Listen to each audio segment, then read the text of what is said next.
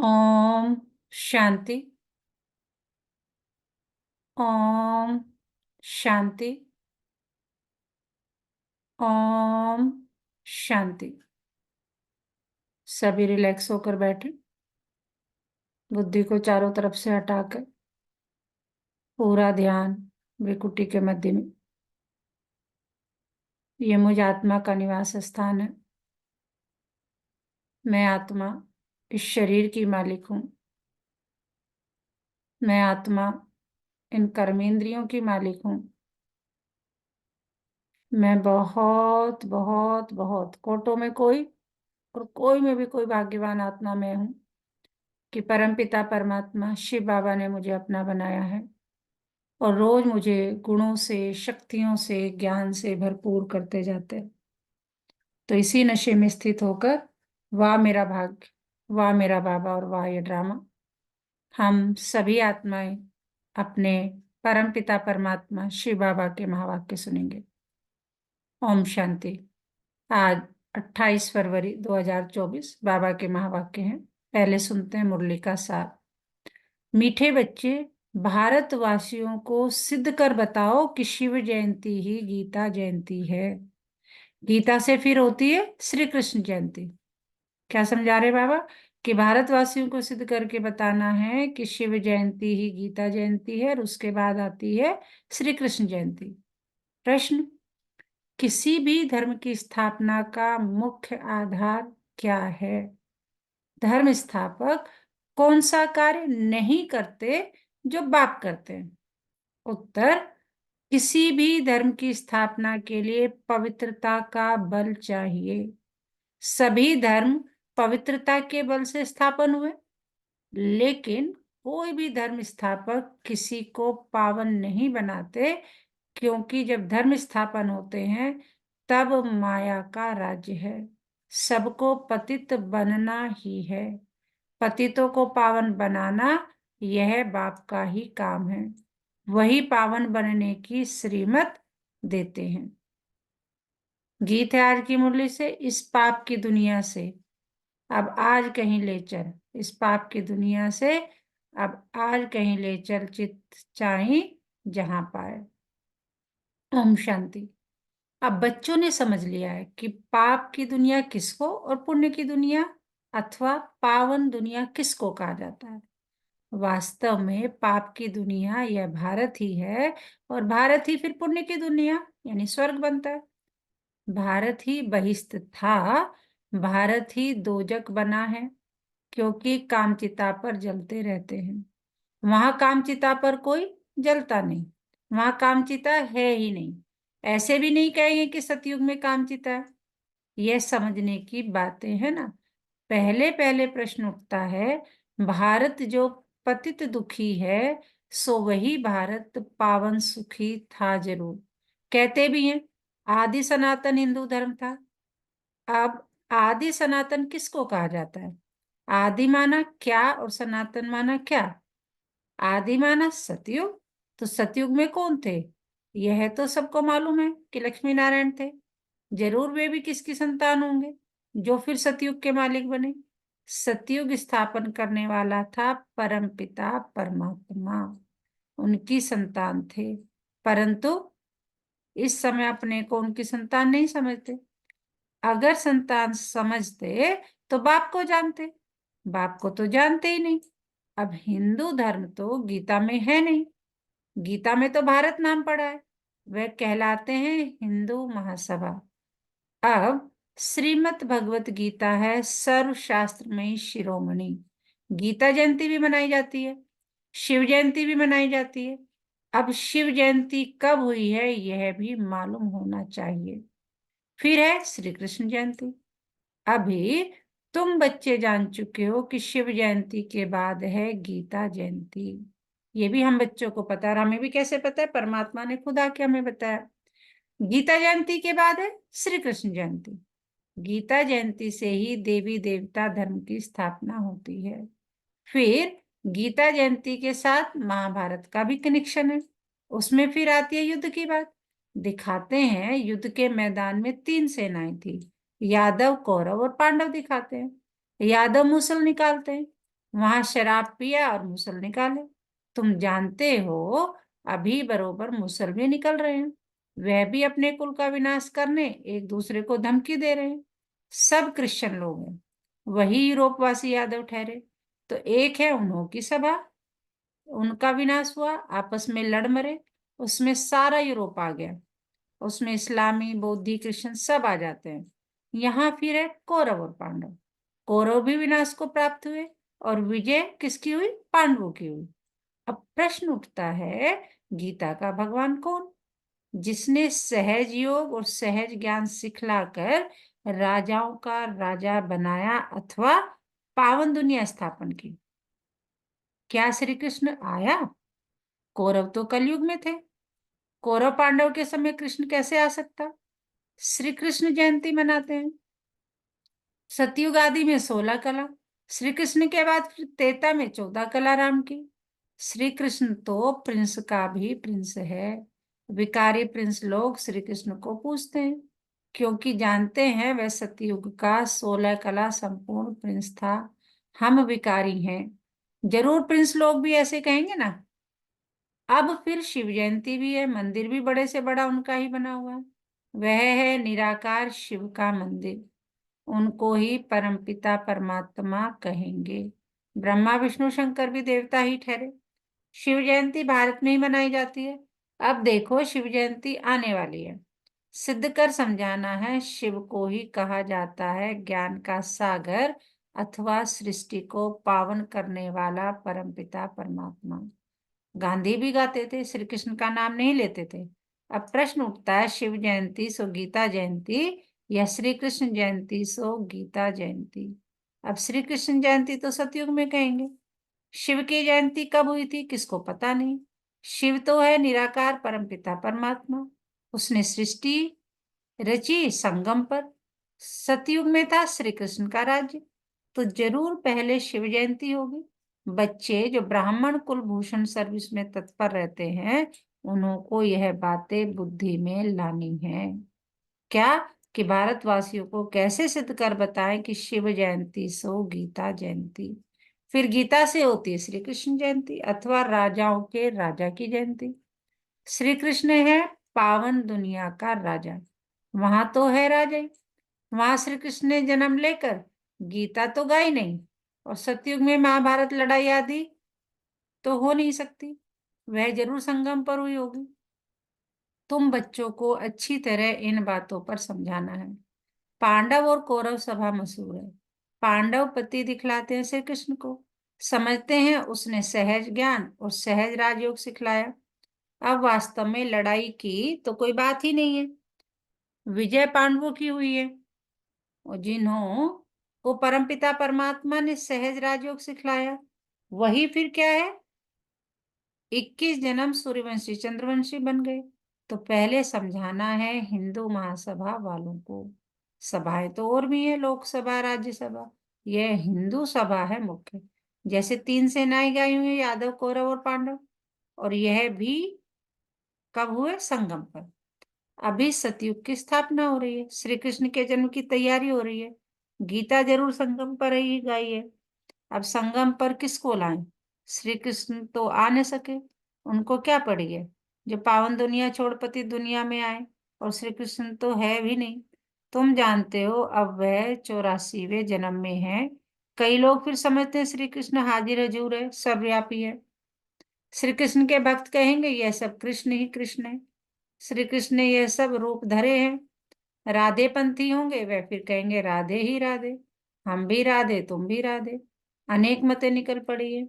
कोई कहे ईश्वर सर्वव्यापी, कोई कहे श्री कृष्ण सर्वव्यापी, कोई कहे राधा सर्वव्यापी। अब बाप तुम बच्चों को समझाते हैं। वह बाप वर्ड ऑलमाइटी ऑथोरिटी है। तो अब तुम बच्चों को भी ऑथोरिटी दे रहे हैं। क्या ऑथोरिटी दे रहे हैं? कि कैसे इन सबको समझाएं। हिंदू महासभा वालों को समझाओ। वह इन बातों को समझ सकेंगे। वह अपने को रिलीजियस माइंडेड मानते हैं। गवर्नमेंट तो कोई धर्म को मानती नहीं। वह खुद ही मूंझ गए हैं। शिव परमात्मा है निराकार ज्ञान सागर। और कोई को ज्ञान सागर कह नहीं सकते सिवाय शिव के। वह जब मनुष्य सम्मुख आकर ज्ञान दे तब राजा स्थापन हो। फिर तो बस राजा स्थापन हो गई, फिर सम्मुख तब आए जब राजा ही गवाए। तो तुमको सिद्ध करना है कि शिव परमात्मा है, निराकार ज्ञान सागर, शिव जयंती सो गीता जयंती। इस पर नाटक बनाने हैं जो मनुष्य की बुद्धि से श्री कृष्ण की बात निकल आए। निराकार शिव परमात्मा को ही पतित पावन कहा जाता है। शास्त्र आदि जो भी बने हैं वह सब मनुष्य मत पर मनुष्यों ने बनाए हैं। बाबा का शास्त्र तो कोई है नहीं। बाप कहते हैं मैं तो सम्मुख आकर तुम बच्चों को बैगर टू प्रिंस बनाता हूँ और फिर मैं चला जाता हूँ। यह नॉलेज मैं ही सम्मुख सुना सकता हूँ। वह गीता सुनाने वाले भल गीता सुनाते हैं, परंतु वहां भगवान सम्मुख तो है नहीं।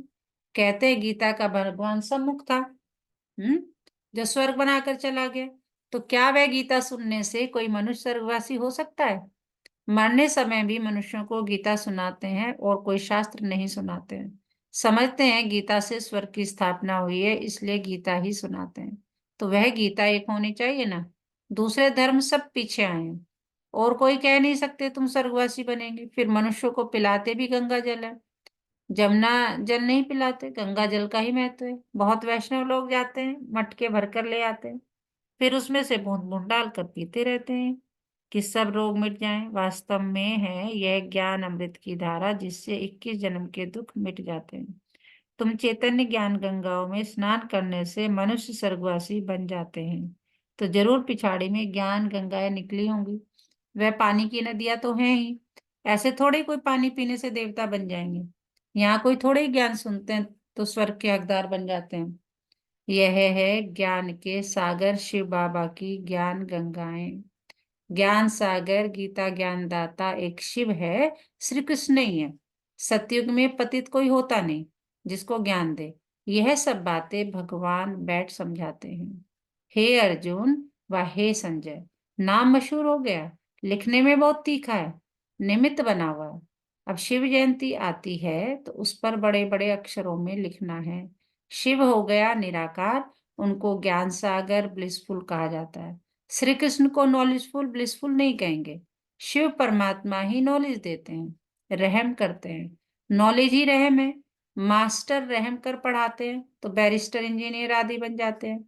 सतयुग में ब्लिस की दरकार नहीं। तो पहले पहले सिद्ध करना है कि निराकार ज्ञान सागर शिव जयंती सो गीता जयंती व सतयुगी साकार श्री कृष्ण जयंती सो गीता जयंती। यह है तुम बच्चों को सिद्ध करना। तुम जानते हो जो भी पैगंबर आदि आते हैं वे पावन नहीं बनाते।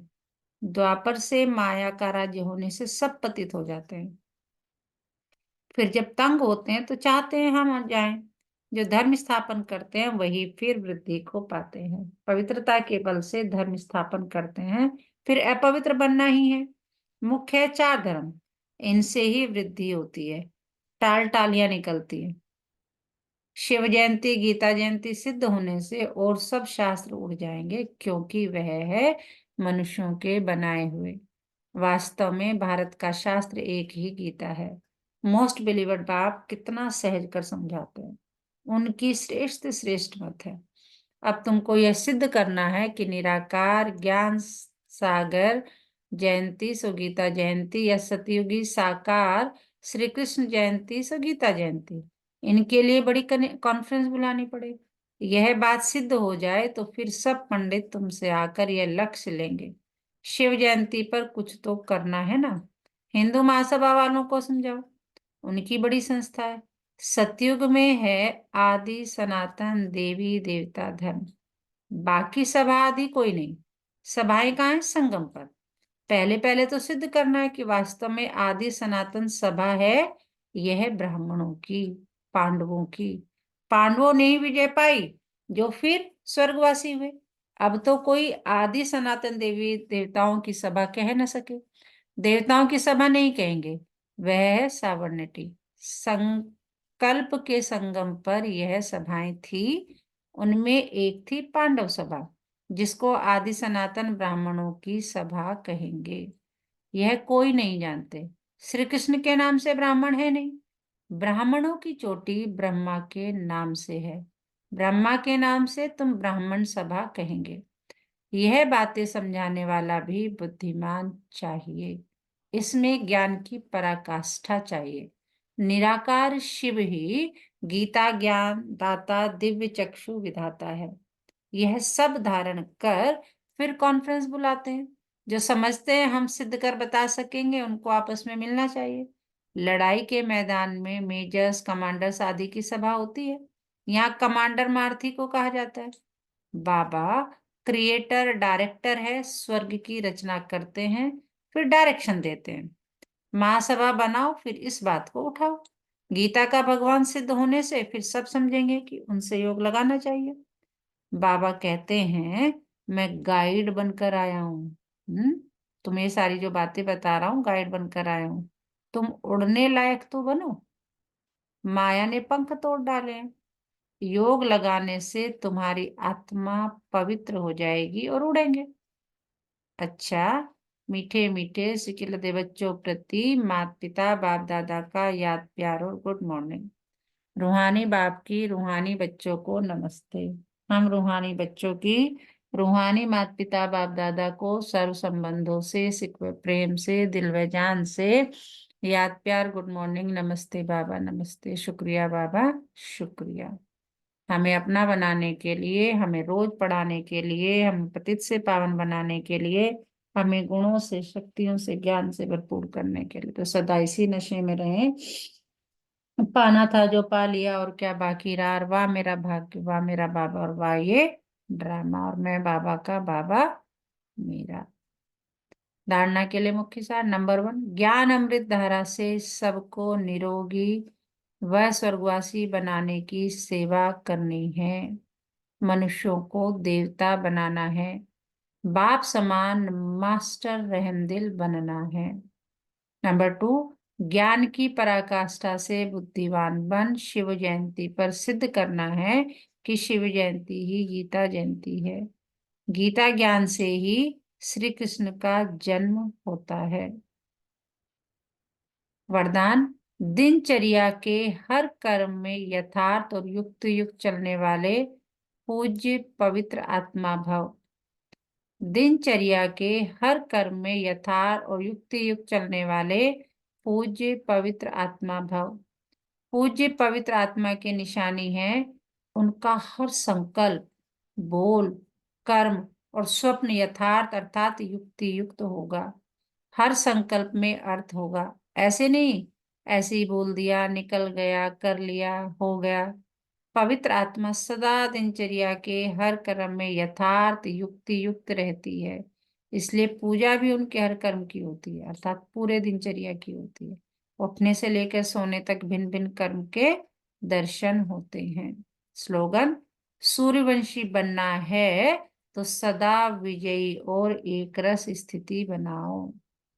अगर सदा विजयी और एक रस स्थिति बन जाएगी तो सूर्यवंशी बन सकेंगे।